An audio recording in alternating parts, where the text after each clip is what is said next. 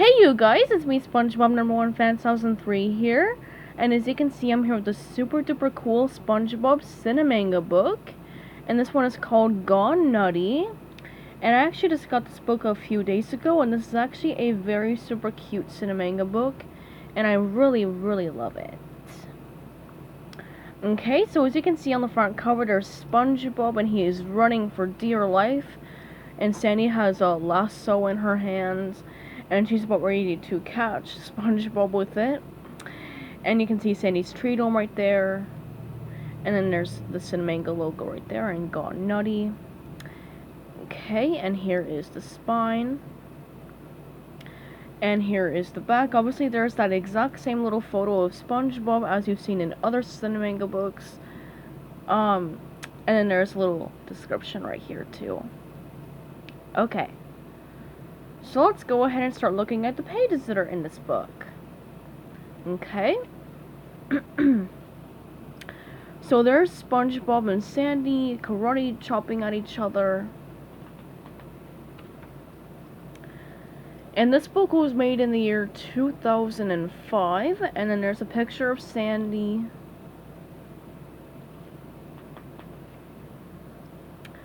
And then there are pretty much, oh shoot, sorry, there's all of the SpongeBob characters that are going to be featured in this book, as you can kind of see there.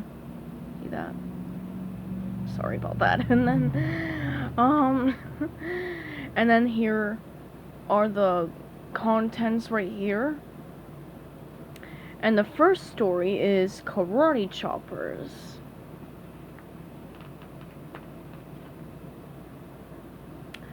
Alright, so SpongeBob is walking away from, I think, work.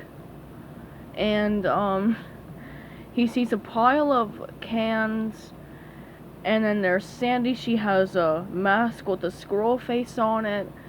And then Sandy literally pulls out SpongeBob's tongue. Like, you know, she's pulling out his tongue.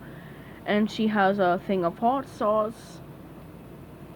Spicy hot sauce. And then you can see a face on there. That's actually Tom Kenny's face. And, and then SpongeBob says, Sandy, wait, victory is yours. And then, Sandy takes her hot sauce and she drinks it. And then SpongeBob chokes at her, and then he tries to karate chop her, but apparently Sandy actually karate chops him instead. And then at work, SpongeBob is trying to look out, you know, SpongeBob is trying to, like, you know, look out for Sandy so he can karate chop at her. But he's getting in a lot of trouble. And, you know, Square tells him to go clean out the bathroom or whatever. So SpongeBob goes into the bathroom and he keeps on, like, hearing things going on, and then he sees Sandy, I guess, in the stall, but it's Mr. Krabs. He's like hallucinating that it's Sandy. And then SpongeBob goes home for the day, because obviously if SpongeBob does some karate ever again, then he's fired. And then Sandy karate chops at SpongeBob, and Mr. Krabs sees that. And then he says that SpongeBob is fired, and SpongeBob is so devastated that he is screaming and crying. And then Sandy says that it's not his fault, and it's her fault, and that she wasn't listening. And then Mr. Krabs gives SpongeBob a second chance, and then he warns SpongeBob again that no more karate. And then SpongeBob and Sandy go to the park, and they have a picnic.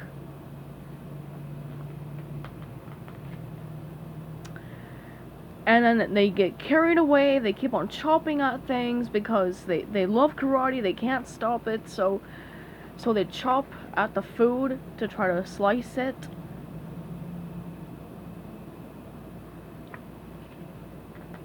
And then SpongeBob tries to take a sandwich, but Sandy chops at his arm. And then they end up having a karate fight. And then Mr. Krabs sees them, and SpongeBob is so upset. And Mr. Krabs saw him he decides that he can fire him or whatever, or you know, Mr. Krabs can fire him. But Mr. Krabs actually had something else in mind, and Sandy and SpongeBob use their karate to chop up the Krabby Patties and chopping up mustard for the customers, and that's very super cool. Alright, and then the second story is called Pressure. So SpongeBob and Sandy are looking at clouds, and apparently they're thinking about, like, that they can both go super fast or whatever. And, Sandy says that she'd be, the first to get at the top of the mountain, and SpongeBob says him too. And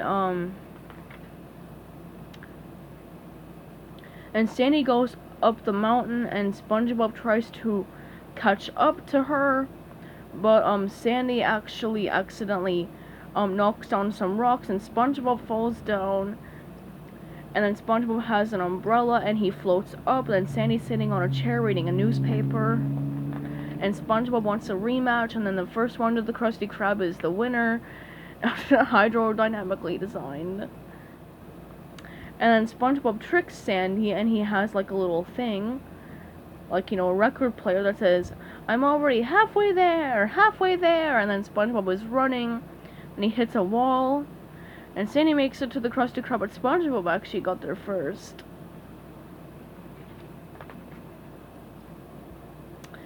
And then Sandy says that all things that that all the things that land creatures can do are much better than what sea creatures can do. And then they do lots of things that that Sandy cannot do, and then she ends up ripping off her suit, exposing her bikini, and then she takes off her helmet, and then Sandy starts suffocating because obviously she can't breathe water, and then she almost dies and puts on a pickle jar for a helmet. And Sandy challenges the sea creatures to go on dry land for like 5 minutes. And then they can do it. Like, they actually can do it. And SpongeBob has a good time. And then Patrick comes up and he has a good time. Then Mr. Krabs and Squidward. And then unfortunately they get attacked by a pelican or whatever. But fortunately Sandy saves them and she apologizes, and SpongeBob apologizes too.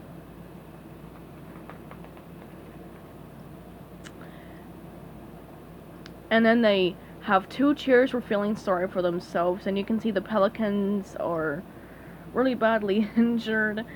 And then Sandy, SpongeBob, and the worm. Alright.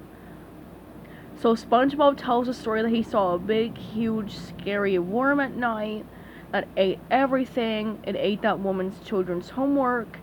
It ate that guy's butt. And then Mr. Krabs says that they can all buy a Krabby Patty, but everyone hates that idea. And Patrick says they should take Bikini Bottom and push it somewhere else. And then Sandy says that she'll capture the worm, because it actually got her tail. And SpongeBob doesn't want Sandy to, because he's worried that she'll probably get killed or hurt. And then SpongeBob says that he has her tail, but obviously it's just a paperclip and string. And SpongeBob doesn't want Sandy to go fight the worm, and he tries to stop her, but Sandy goes anyway. And she sees a worm sign, and then she sees, I guess, the worm in that cave, and then she hog ties the worm, but that's actually the worm's tongue, and the tunnel is the worm. So the giant worm chases after SpongeBob and Sandy.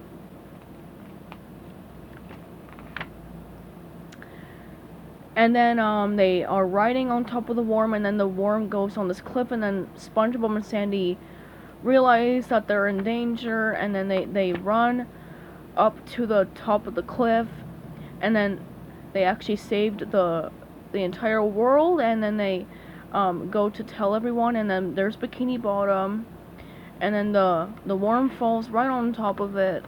Poor worm. And then the final story is called Sandy's Rocket. So SpongeBob goes to Sandy's tree dome, and he sees a huge rocket ship. And Sandy says that she's going to the moon for science, and SpongeBob really wants to come.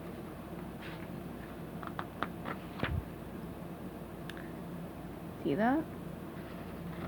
He really wants to come with his friend to the moon, and then Sandy says that he can come with her to the moon. And she's actually going to harvest some moon rocks, and SpongeBob thinks that there'll be aliens on the moon. And SpongeBob is asleep, and Patrick comes to, SpongeBob's so excited that he can barely sleep. And Patrick comes with an alien out spray to spray the window so no aliens will get in. And then they go to the rocket, they go inside, Patrick plays a video game. And then they press some buttons, and the rocket like does this thing, like it vibrates or whatever, like it rumbles, and then SpongeBob accidentally presses the on button, and the rocket ship blasts off to the moon, and now there's no more gravity, so they are floating up. They're completely weightless.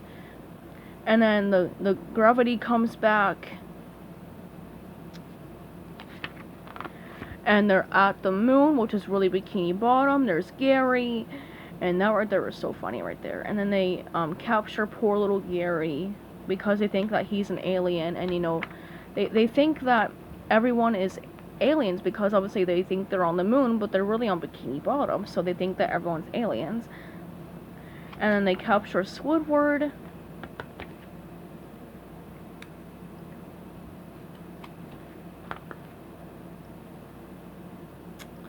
And then they capture Flats, they capture a lady, they capture Larry the Lobster, and they capture literally everyone in Bikini Bottom.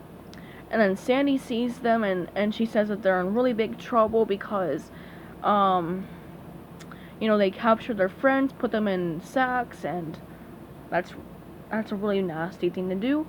And then they capture Sandy, and they obviously think that she's an alien, and then they put her into the cargo hold. And then suddenly SpongeBob and Patrick think that they're aliens, and that is actually the end of that story. I know, that is so weird, but I swear, that is the end. Alright, and then here is an advertisement for SpongeBob Cine-Mangas, and then more Cine-Mangas that you can get. And then this right here. And that is actually pretty much all for Gone Nutty. This is actually a very super cool Cine-Manga book. I really like this Cine-Manga book. The only thing that I think is so weird, the fact that the Karate Chopper story starts off with SpongeBob and the tin cans, and the Sandy's Rocket story literally ends at the part when SpongeBob and Patrick think that they're aliens.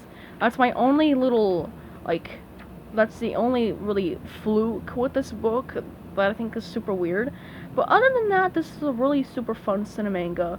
Oh, and I also really love the pretty color scheme that they used for, the Pressure story. I thought it looked super pretty right here as well. Alright, so hope you guys enjoyed this video. So goodbye everybody, have a great day, and peace out.